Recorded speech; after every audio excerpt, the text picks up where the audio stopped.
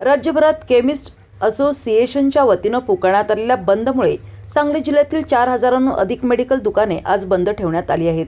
या बंदचा मोठा फटका सर्वसामान्य नागरिकांसह रुग्ण आणि त्यांच्या नातेवाईकांना बसत आहे। सांगलीच्या शासकीय रुग्णालय परिसरातील अनेक मेडिकल दुकाने बंद असल्याने रुग्णांच्या नातेवाईकांची मोठी गैरसोय होताना दिसून आली। सिव्हिल हॉस्पिटलमध्ये दाखल असलेल्या अनेक गरीब रुग्णांना बाहेरून औषध खरेदी करावी लागतात।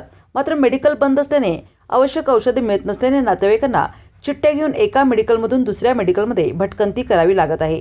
विशेष म्हणजे जिल्ह्याच्या ग्रामीण भागातून उपचारासाठी आलेल्या रुग्णांच्या नातेवाईकांनाही औषधे मिळत नसल्याने संताप व्यक्त केला जात आहे।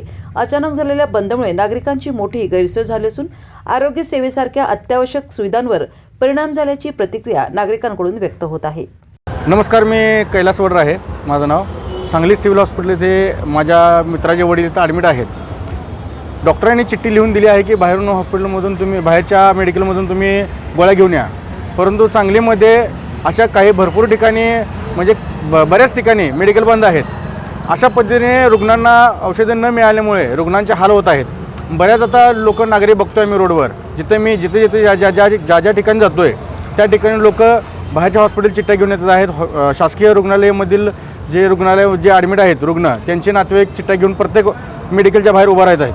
हे अशा परिस्थितीमध्ये रुग्णांनी काय करावे पाहिजे, कारण की अशा आज पूर्ण भारतभर जे मेडिकल बंद आहेत त्याच्यामुळे भरपूर नातेवाईक किंवा असतील किंवा रुग्णांचं हाल होत आहे। आणि जे आता हे मेडिकल अचानकपणे बंद केले आहेत, जे शिकलेले लोक आहेत त्यांना माहीत आहे की बाबा मेडिकल बंद आहेत। जे लोक गव्हर्नमेंट हॉस्पिटलमध्ये ॲडमिट आहेत, नातेवाईक ॲडमिट जे असतात त्यांना ह्या गोष्टीची कल्पना नसते। त्यामुळे सरकारनं ह्या जे काही आता मेडिकल संपासाठी जे आंदोलन सुरू असेल किंवा बंद केलं आहे, हे त्याच्यावर काहीतरी कठोर काहीतरी निर्णय घ्यावे। बोला। नमस्कार, मी PD पाटील सांगलीतून बोलतो आहे। आमच्या घरी पेशंट आहे, डोकं दुखते, थंडताप आहे, पण कुठेच दवाखाना गेल्यावर भरपूर पेशंट आहेत। मेडिकलमध्ये आलो तर मेडिकल सर्व बंद आहेत, गोळ्या औषध मिळत नाहीत।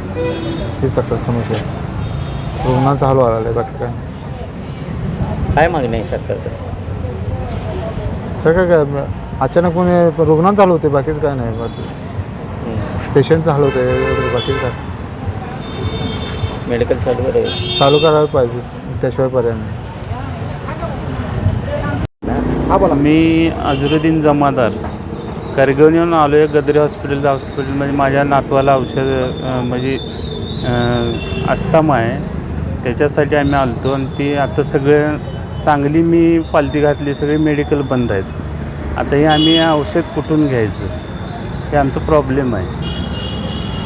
सरकारला काय म्हणतो? सरकारने याची दखल घ्यावीच लवकरात लवकर आणि हॉस्पिटल तात्पुरता औषध मिळवण्यासाठी हे करावी। भर उन्हात तुम्ही फिरायला लागला, एवढ्या लांब सगळे आठवणी म्हणजे सांगली पूर्ण पालती घातली आहे, औषध मिळेना झाले, सगळे मेडिकल बंद आहेत। आता आम्ही आटपाडीहून आलो आहे, आता औषध मिळायचं कुठं आम्हाला, आमची गैरसोय होती ना।